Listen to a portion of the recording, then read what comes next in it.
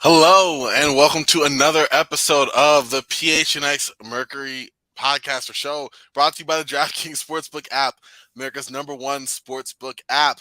I'm Corbin, and we have the dream team as always. We got Aaliyah, we got Mallory. Ladies, how y'all doing tonight? Can't complain. You know, the Queen, Beyonce, announced a new album coming out next month. So, I mean, that kind of like made my whole day, life, year. I don't know if y'all are Beyonce fans, but I don't think anything other than a Mercury win can top that. Finally, a take we can all agree with. There's a Drake album coming out tonight, too, so that's pretty exciting. Anyway, next. Wow. Are you serious, Aaliyah? You gotta be kidding me. Me and Drake are not friends. You and Drake are not friends, but okay. We have beef. No. Drake is Drake, Beyonce. I was about to say, Aaliyah, you had me for a second. I'm like, yes. And then you said Drake. Chris, hi fam. Hey, how's it going? What's up? Beautiful Thursday night. Okay, Drake music, Beyonce music. This is good. Yeah. This is good. Okay. I'm gonna listen to all the music, but I don't really have like an artist I'm waiting for. I'm just living life, good vibes, trying to get through this summer. Arizona heat is insane, so that's the thing. But yeah, Mercury-wise, listen, I feel pretty good coming into tonight because I said the Mercury going to go 3-0, and you know what? They didn't. They went 2-1, but like that's still really, really good considering where we were last week. And so, we're going to go into that. We're going to go into that in a second. Kind of go into some of the games. Before we do that, we do have a little bit of news. One, just the legend Sue Bird, which correct me if I'm wrong, ladies, but I thought going into this year, this was going to be her last year. So did Sue Bird officially confirm it? Is that the news we're getting? Is that like officially what we're getting? Yes. I mean, straight from her social media, she said it's her last year. She's decided. So if, you have time, get out to a WNBA game because one of the GOATs is retiring. That's insane. Wow. I was not aware of that. I mean, yeah, the Mercury and the Storm do clash again in the middle of the summer here for us, July 22nd. That will be in Phoenix. That'll be at 7. So that's a nice chance to catch, the legend, especially one who's calling it a career officially. That's crazy. Aaliyah, any reaction to that news? Yeah, no, I kind of thought the same thing. I thought that's kind of what we expected going into it, but I guess I realized she hadn't officially said that she was done after this season. So obviously a legend has been here for so long and made so many moves for this league and for just women's basketball in general. So sad to see her go, but so happy to have the honor to have been able to watch her and see her play for sure. Absolutely. And yeah, I'm definitely looking for. It's sad seeing players that we've watched for years. I mean, Suber's been in the WM for 21 years. Like that's my whole life. My life. Yeah, your whole life. There you go. Like that's crazy to see that. But at the same time, we have so many other great players in the W that are growing and establishing their own careers. It's kind of cool to see the torch potentially being passed. I don't know who's getting it from Sue, but the point being, there's other players here for sure that are definitely great in their own right that will be able to celebrate in 15 years' time. Maybe even close to Sue Bird. So that is definitely cool to know. Also, a little bit of not really news so much, but Skylar Diggins-Smith, aside from balling out, she had some words to say about the W and the way that they have been, traveling and the unfavorable traveling conditions. On Wednesday, us criticized the league for scheduling road games on consecutive days. Tuesday, the Mercury lost to the Mystics, but they didn't really have a whole lot of time to really dwell on that because they immediately had to bounce on a flight to face the Indiana Fever the next day. So she put out, quote, "Flying in the same day as the game will never sit well with me. Back-to-back away games should never be scheduled considering fly commercial with no security. The W wants quality/high-level basketball, but doesn't seem to value quality of life for the players." And obviously, people on Twitter, responded to that, totally agreed. One at AJ_Thompson Jr. said, that's why it's hard for people to push the W messaging like that when they treat their high class athletes like that. How do you expect a good product flying in same day and playing a game? They don't even do that in college. And so I want to take a moment. Obviously, Skylar Diggins-Smith kicking off a conversation that we've kind of touched around here since we started the show, but coming directly from the Mercury. Kind of what is your reaction? We can start with you, Leah, to Skylar Diggins' words and the kind of impact that it's having from a star saying, "Hey, listen, like y'all should know this ain't cool." Yeah, no, I mean, I completely agree with her and 100% like have her back. I think it's ridiculous the way that they have to, play at the highest level under these conditions. We've seen this time and time again. I think it was last week. There was like every single team played like back to back, and there was little to no coverage of some of those games. Diamond to Shields tweeted like recently, like, why are we playing games at 9 a.m.? Like there's just so many things that are very easy to fix and easy to set up with just like a little bit more coordination, and things that like I don't even think you can blame on like funding or things like that, right? Like game times, like you have to play the game, like you have the arena, right? Like just schedule the time at like a feasible like moment for the team. So I just think it just shows a lack of effort and a lack of buy-in for our athletes. Chris saying it's a completely fixable issue. Absolutely.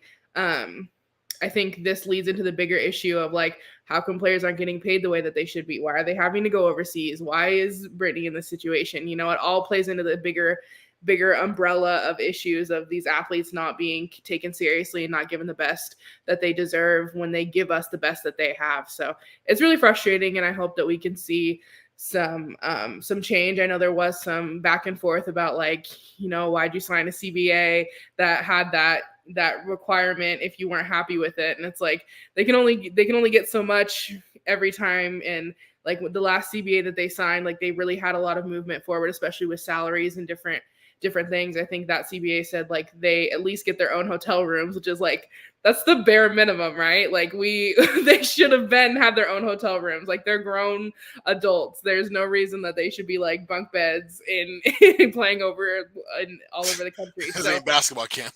Right. Like they're professional athletes. Those things are the bare minimum. Having flights that are scheduled well so that they can rehab and get healthy and get acclimated and not have to play tired, exhausted with cramped legs that have been on, tiny airplanes for the last 4 hours. So it's frustrating, and I really hope that they're in a position soon that they can definitely see some change. Yeah, for sure. And I know some people are making the argument like the NBA has back-to-back travel games, but like Skylar said in her tweet, the NBA, they're flying private and have security and all that versus, the Mercury and the WNBA, all those teams in the league are having, to go do security and fly commercial and everything. So it's not the same, and you can't compare the two. Yeah, completely agree. It's like apples and oranges. You said like the way that the infrastructure in one league to the other is totally different. So yes, they can afford to do these, back to backs or 3 and 4s or whatever, because at the end of the day, you're still making out like bandits compared to the WNBA, where you do have, unfortunate better traveling conditions. Like flying commercial. Are we serious? Near 2022, like for professional basketball team, like. Regardless, that's a little much. So yeah, I'm with you, Mallory. It's a lot of sense there. A great point, Leah, as well. It's crazy. Hopefully, that more attention being brought out to this will put more of the focus on the league to actually do something about it. Because CBA is one way of all coming to agreement, but I think everyone at this point realized like this needs to change. So we watched a tremendous wasn't really WNBA, but it was the women's dream team. Documentary on ESPN, and they were talking about Lisa Leslie had made a point about flying commercial, and we're 2 decades later, and we are still doing the same thing, almost 3, and it's still like the same thing, and that is insanity to me. But yeah, hopefully those things change sooner than later, definitely, because it's not cool. But you know what is cool? The Mercury lately. The Mercury have been bouncing back. That was a transition. We can shine that one up, but I'll take it. Thank you. The Mercury are now 6-9. They are 4th now in the Western Conference. Just run through the numbers before we really start diving into the week that was for the Mercury. They are now 7th in offensive rating. They climbed defensive rating. They were 10th last time we did this. Now they're 9th, and they're 8th in net rating. So they're still, Huh? Does it count as a climb? I think that might be a step. Yeah, step. There you go. Okay, I'll take that. I don't know. At this point, last time we did, we were calling for Coach Nygaard's head. I was about to I was crying and like, I don't know what's happening. I don't know how to keep it together. And now I'm like, okay, you know what? We're making some sense here. Real quick, let's get a little recap from each of y'all, like on the week that was, because you had 3 games. The Mercury won their first one over the Mystics, 99-90, an overtime game. Dan Taurasi fouled out. They still found a way to win. Thank you, Skylar Diggins-Smith and Shea Petty. Then there was a loss on Tuesday to the Mystics, 83-65. But then the very next day, rough travel conditions and all, the Mercury pulled out a win against the Fever, 93-80. So let's kind of wrap around and do the week that was for the Mercury. I gave mine. I think, listen, the next best thing to going 3-0 is 2-1. And we did well. We did well. No, absolutely. I think you called it last week. You were right, and I give all the props to you because I was definitely in a pessimistic outlook. I was like, you know what? No, I'm done with it. We're not gonna pull through, but we definitely did. And Washington, like we looked better as a team. We played very cohesively. Every single player that had playing time made a positive impact on the floor, and we were really playing clean basketball. I felt like Skylar had 27 points, Diana with 20, Diamond 13, Shea came off the bench with 12. Like we were just killing it. Played well against a really solid team, and I think that this win was what, like you said last week, we needed, and it was a lot of fuel in the Mercury tank. I think looking forward, this could be the turning point for us this season. Obviously, our second game against the Mystics didn't go as planned. I think that there was probably a lot of things at play. Like I kind of mentioned last week, I think having that like Brittany debrief news right in the middle of the 2 games probably wasn't the greatest for like a morale boost as far as like, team camaraderie. But obviously having an update is good. So that's nice. And do you think they signed Hugh Jass as an assistant coach? Some rumors out there. I don't know. I think that could be interesting for sure. I don't know. I'm turning around on the coaching front. I think I might be off of the Mallory train and a little bit more on the Corbin train here for a minute. I'm definitely seeing some improvement. So I always said I was down for a second chance. I wasn't ready to throw the axe yet, but I'm definitely seeing a turn that I like. But what bothered me about Isaiah, hi everyone, sorry I'm late. No worries. We're glad you're here. Glad you're with us.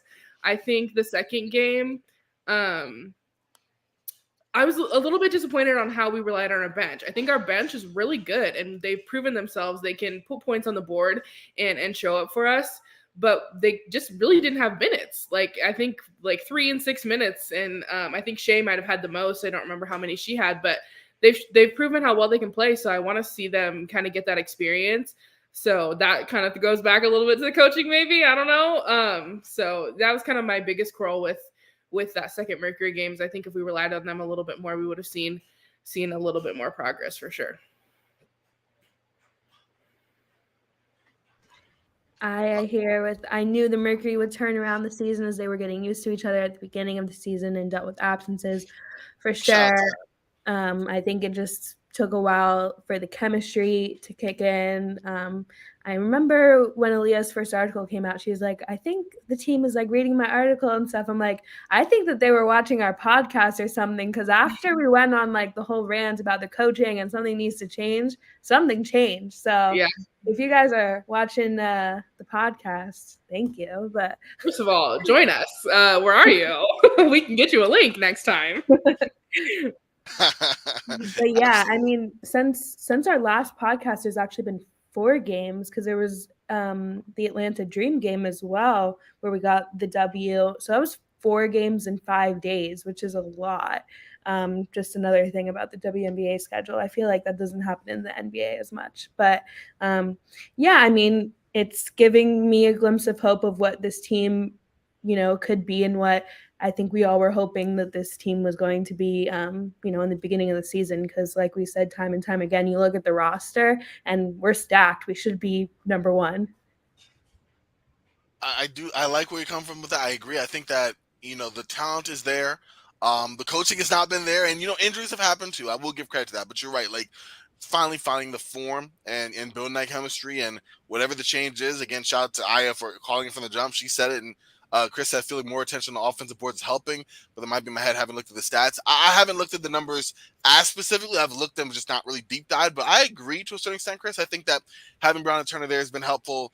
Diamond Shields done better rebounding. Even Danny Taurasi, who I thought had not been doing a really good job of that, has been getting in there a little bit better. So there is some elements of some gang rebounding, some team rebounding, especially when we didn't have Tina Charles for the last couple of games up until recently. So, yeah, I think that might be a factor for sure. I guess, what was your favorite game of this stretch here? Oh, I was some news. Heard about the ESPN reports. Keenan could be back after the 2022 WNBA All-Star break. It's possible, and that would be a great addition of talent because Nurse is one of the better W wing players we have. But yeah, we'll have to get to that when we get closer there because that would be really cool to even imagine how she fits into this greater team that the Mercury is still evolving into. But going from there, yeah, what was your favorite win from the stretch? Because for me, that first Mystics game, once we went to OT, I was like, oh man, my take is not looking too good. I was, sitting there kind of worrying. I'm like, the Mystics are getting the momentum. And then Skylar Diggins-Smith was like, nah, we're not going to have this. We're going to take this W.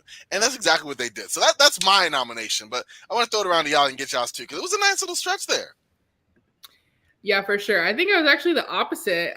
That Washington game was my favorite. But when we kind of got to the end there and it was like looking like we were going to go into overtime, I was kind of like, this is like, dare I say, a playoff team, like making it to overtime with some fuel still in the tank. So I was excited. I was like, as we know, the Mercury play great under pressure when you have people like Diana, Tina, Skylar on that roster. So I think with them, I have no qualms with going overtime. I know they're gonna bring the heat, and that's what kind of fuels them.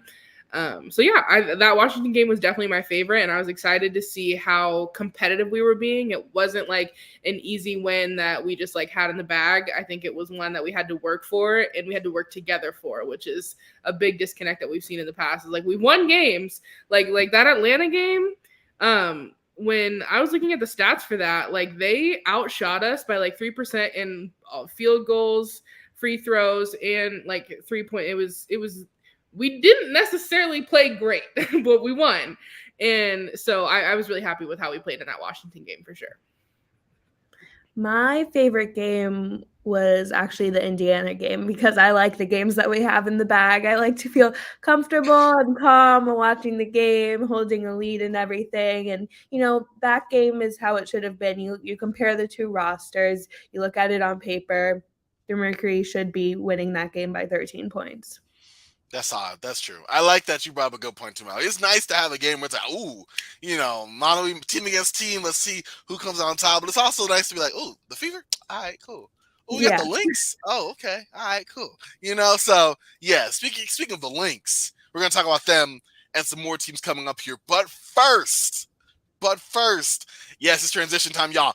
It is the time for Mercury fans to jump in on this action because the season is still ongoing. We are right in the thick of it, and you can get a part of the action with DraftKings Sportsbook. Turn your team's victory into your own big win. If you haven't been listening, the Mercury have been a little bit of a win streak, so wink, wink, all right? New customers can bet just $5 on any team to win and get $200 in free bets if they do. Really simple. They win, you win. I was so close to doing that, but ladies and gentlemen, right now, it's crazy, but Wendy's has this new thing called the Strawberry Frosty, and it's been insane.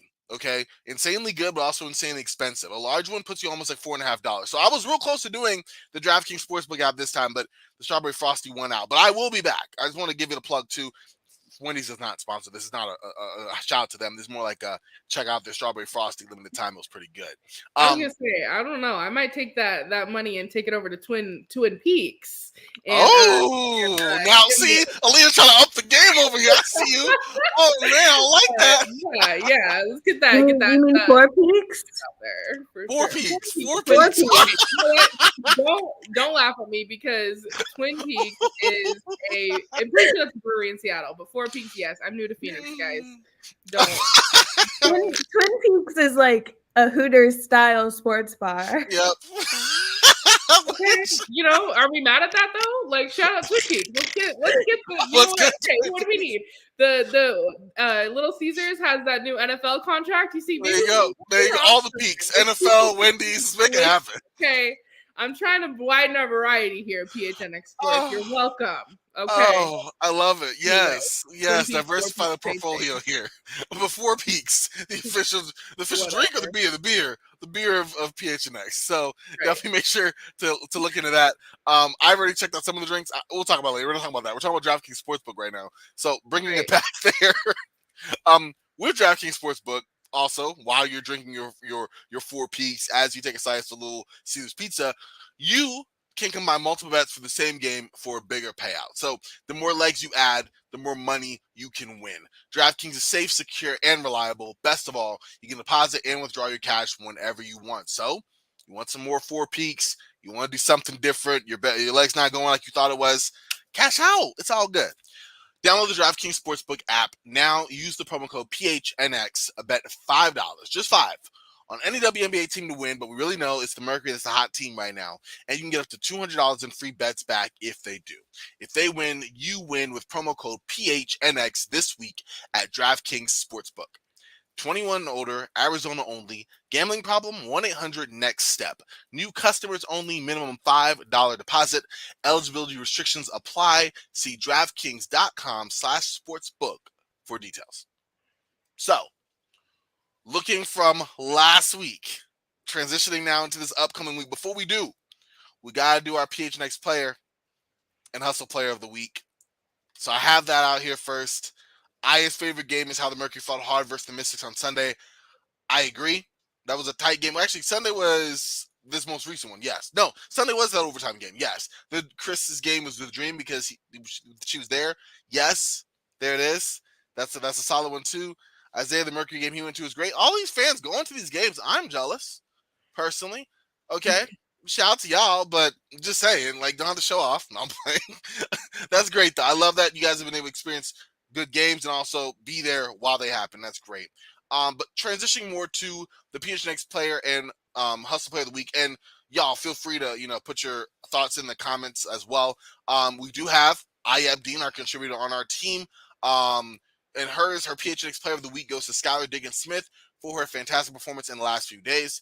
Her PHNX hustle player of the week goes to Diamond DeShields because she has made an impact for this Mercury team in the last few games as well. Aya also wants to give an honorable mention to everyone because the turnaround has been incredible, and to the coaching staff. So we went from one of the coaching staff's head to now we're giving them props up. Like, hey, look at that. What a difference a couple weeks can make. All right. My PHNX player of the week, I'm going to go with Skylar Diggins-Smith. I think from Sunday's game against the Mystics, even throughout this stretch, she has been consistent, really stepped up her level of play as the team has needed her and come through in the clutch. And then my PHNX hustle player of the week is Shea Petty. Primarily what she did Sunday, but she's been a really key piece off the bench and really a barometer on how well the Mercury bench plays just consistently. So that's Aya and my nominations, and now we will throw it over to Julia.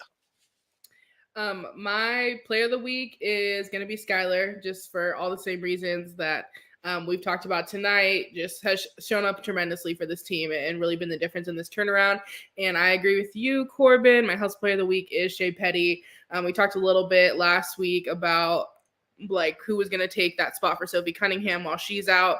And I just think Shea is the most reliable off the bench, and she is really working for that starting spot and someone that the team can really depend on. So I'm super proud of her and super proud of the way that she's showing up for this roster.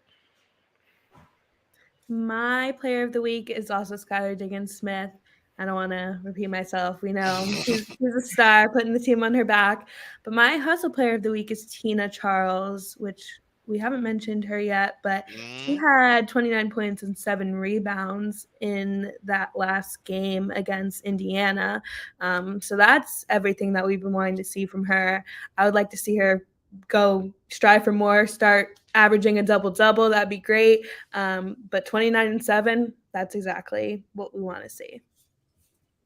Absolutely. And actually, I'm really glad that you pointed out, Mallory, about the 29 points that Tina Charles had against the Fever, because that actually put her in the top 5 on the WNBA all-time scoring list. And I had this in my notes, forgot to bring it. I'm glad it jarred my memory. Like, Tina Charles did something. Yes, that's what she did. So she's officially moved past the great Cappie Pondexter's 6,811 points, and she has clinched the 5th spot. Now she's at 6,829. She's been doing a lot. I mean, just as it's been 12 years now since drafted in 2010. And already, already has all-time rookie records, already has a scoring record. And with Diana Taurasi being number 1, now we have 2 top 5 scorers ever in the W on the same team. One still, both are still cooking, but I think Tina Charles is more in her prime, I would say. But still, that is a tremendous achievement for Tina Charles. So I want to give her flowers there. And also, that's really cool to have 2 bucket getters certified on the squad. I'm sorry. I had the certified bucket getters line. I was like, that's going to take off. Where's my applause? And it didn't come. But it's all good. Almost as good as my Twin Peaks shout out. Like, there we go. Okay. We're really cooking. This is fun. So, looking forward now, we after this past week, interesting slate of games. So tomorrow, the Merc will be playing the Dallas Wings, who they did play a few weeks back.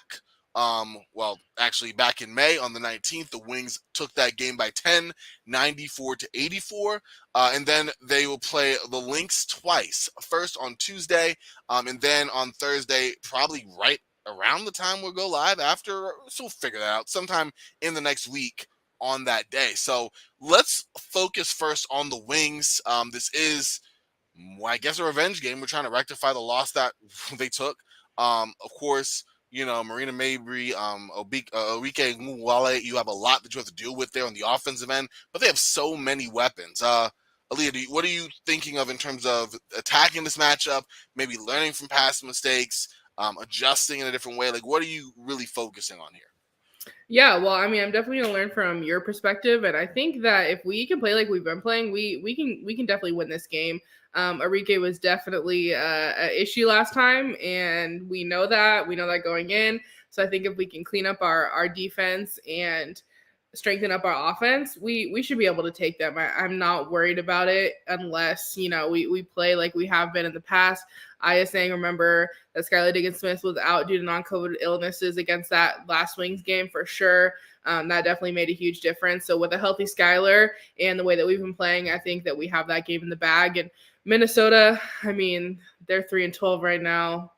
Kayla McBride's always a problem. Sylvia Powell's is unfortunately injured. So I don't think we're going to have any issues against that team. But that Dallas game could be a rough one. But like I said, if we play like like we have been, we should be good. I don't see any issues with these upcoming games. I think, just like Aaliyah said, if we play the way we've been playing, we can take any team.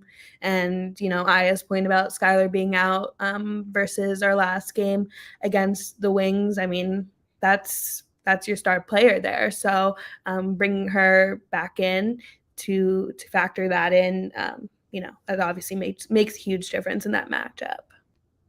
So, I mean, listen, we all seem pretty confident, pretty positive on our Mercury right now. Are we all thinking the Mercury go 3-0? Are we all going that collective? Wow. Okay. That's the part right here. We all nod our head. Didn't have to say it. You just know. Okay. Mercury going 3-0 against the Lynx and the Wings. We're going to get our revenge back for that one, and then we're going to take it to the Lynx. I'm excited. Wow. Okay. I did not expect that. I was like, all right, there we are. I guess one question I do have, and this is more like, again, putting on our little mind reading caps. Who do we expect to be? And we can kind of tell from watching the game, seeing the trends, players who are really picking it up, getting it going. Is there a player you're really looking at for next week that you either expect to sustain their high level of play, whether that's a Skylar Diggins-Smith or a Tina Charles? Would you expect maybe a big game from a Shea Petty or a Diamond DeShields? I know for a fact I'm looking at Diamond DeShields to play better. She has had, battling foul trouble with Taurasi in a few games, and also, not really finding her efficiency. Definitely getting some points, but more a volume score than an efficient one. I really want her to kind of find her shots and rhythm. I know it's hard for her as a slasher to kind of have to take the ball from a spot position and then make plays for herself, but maybe benefiting more in transition and being more selective. That's the player that I'm really focusing on this next week. I completely agree. I think that we can definitely count on Tina and Skylar.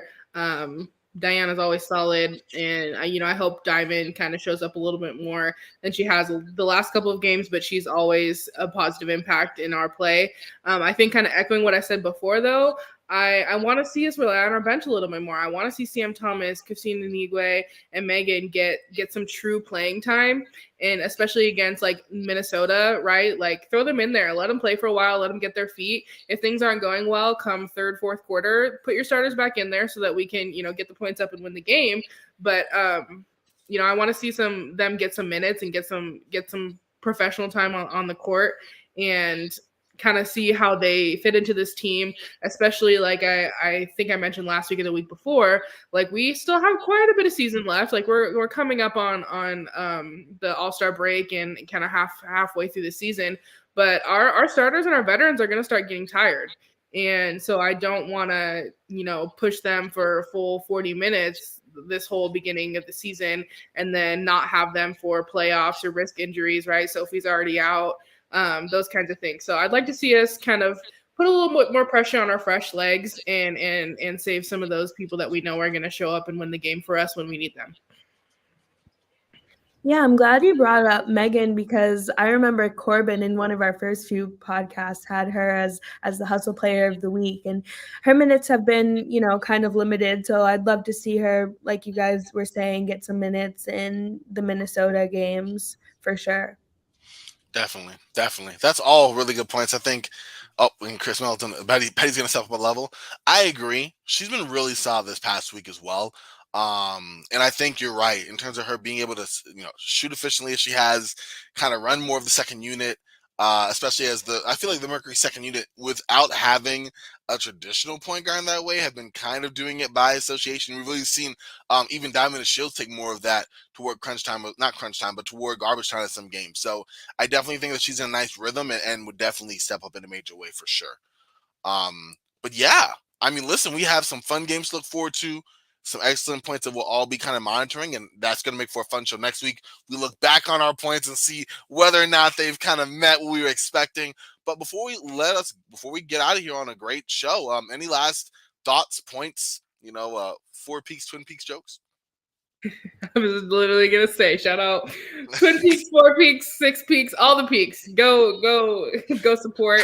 So excited to be partnering with them and excited to enjoy some good beer. And yeah, no, go Merc. I agree, 3-0, and let's get it. There you go. Mally, before I let you go, you got to give an update on your coaching position. We have to know. The people are dying to know. The Mercury haven't reached out to me yet. They did reach out to Aaliyah. They sent her a letter, what's not an acceptance letter, a decline letter. What do you call it? I don't know. They said rejection letter is what that is. Letter. That's what I was looking for. They're going in a different direction. I mean, I haven't heard a no, so maybe it is going to be me. But with the way the Mercury have been performing lately, stick with the coach. Don't change it. I was gonna say, is this a vote of confidence for Coach Nygaard here? Yes. Things you love to hear. Things you love to hear. When she gets intense, the whole squad elevates. You know what, Chris? I think that is a good quality. You're right. Like, if they're picking on that intensity for the positive end, then it's great. If we have, Coach Nygaard and Dan Taurasi yelling at the refs, we're down by 12, trying to get together in the fourth quarter, 4 minutes left, that's like the negative part there. But I love seeing us shine. I thank you. You probably think we love your contributions and your additions here. Thank you. But yes, let's hear it, Mallory. Any last takes? I had to get your coaching stance out first, but now send us home on that.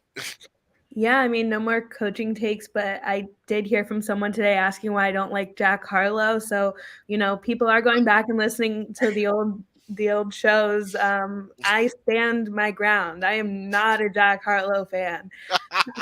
Stream Tyler Hero, that song, and that's it. And listen to the new Drake album tonight. There it is. Oh my gosh! Wow, Jack. You know, Jack Harlow's like biggest inspiration is Drake. So I'm not sure where this hate is coming from. That's okay. He fell well short. My inspiration playing basketball is Jordan, and no one's had my basketball career. Okay, I'm just saying, like, there's no, you can just put out all sorts of comparisons out there. All right, like, I'm sorry, but no, First Class was okay when I heard the little. No, this last album, not a fan. No. On First, the he didn't even record, finish. The First Class was okay when I heard the little symbol on Twitter. I was like, oh, okay, this could be something. Then I heard the whole song. So, Yeah, exactly. Come Home The Kid snippet. Missing, please don't. I don't want to hear any of those songs. Actually, that's not my cup of tea by any means. But yeah, that's a different podcast. Okay, tune in on a different week. All right. So the PHNX Jack Harlow hate podcast. I'm with it. All right, y'all. For Aaliyah, for Mallory, I'm Corbin. It's been great. Until next week, y'all. Go Mercury.